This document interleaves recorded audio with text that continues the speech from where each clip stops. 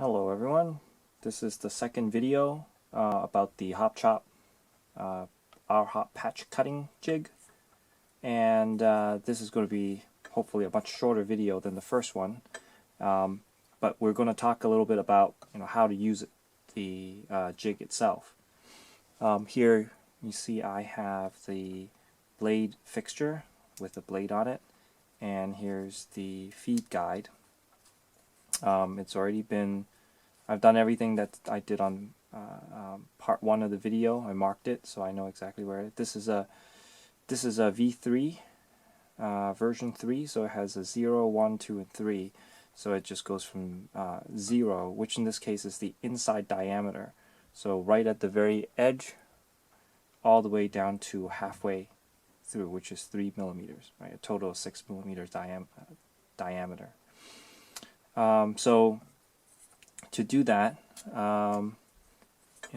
just testing it, make sure that it feeds well, make sure that this rotates the way that I expected it to, and what we need to do is we need to apply a couple of drops of silicone oil and to the tubing. And we also need to apply some silicone oil to the blade itself.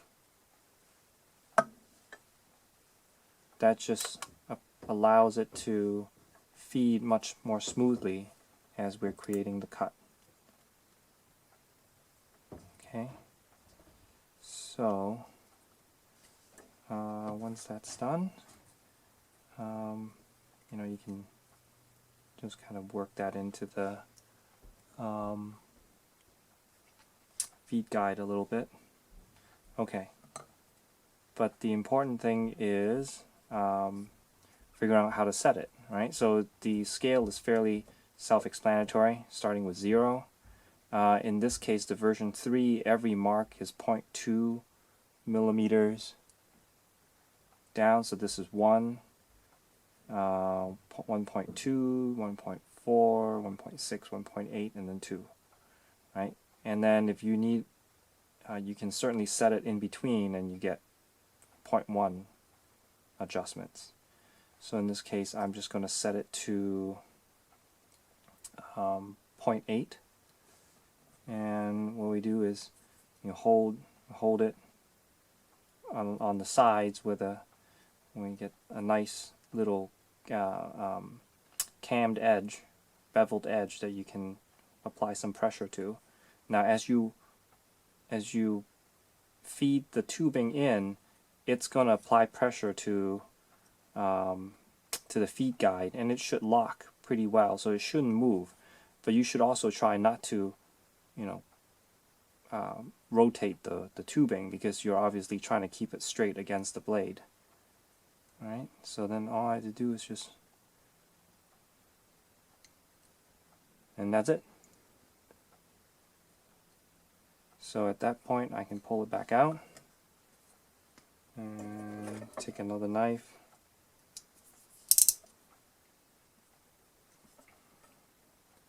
and just slice this off.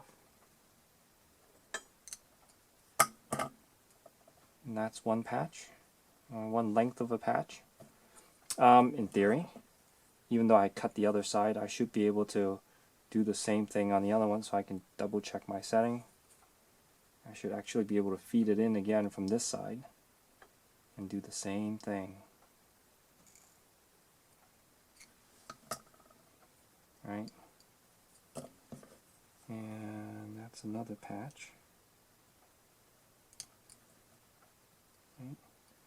And I'm just going to chop this off right here. Don't need it. And that's it, right? So it really is just make sure you have some oil on the some silicone oil on the tubing and on the blade, and it should feed very, very smoothly. And you can make adjustments based on whatever depth you want. So in the next video, I will talk a little bit about what to measure, and how those measurements apply to this jig. See you then.